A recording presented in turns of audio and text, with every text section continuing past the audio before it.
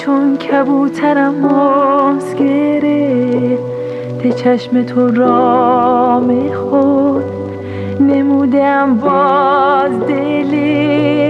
رمیده را دست مکش به موی او مات مشو به روی او تا نکشد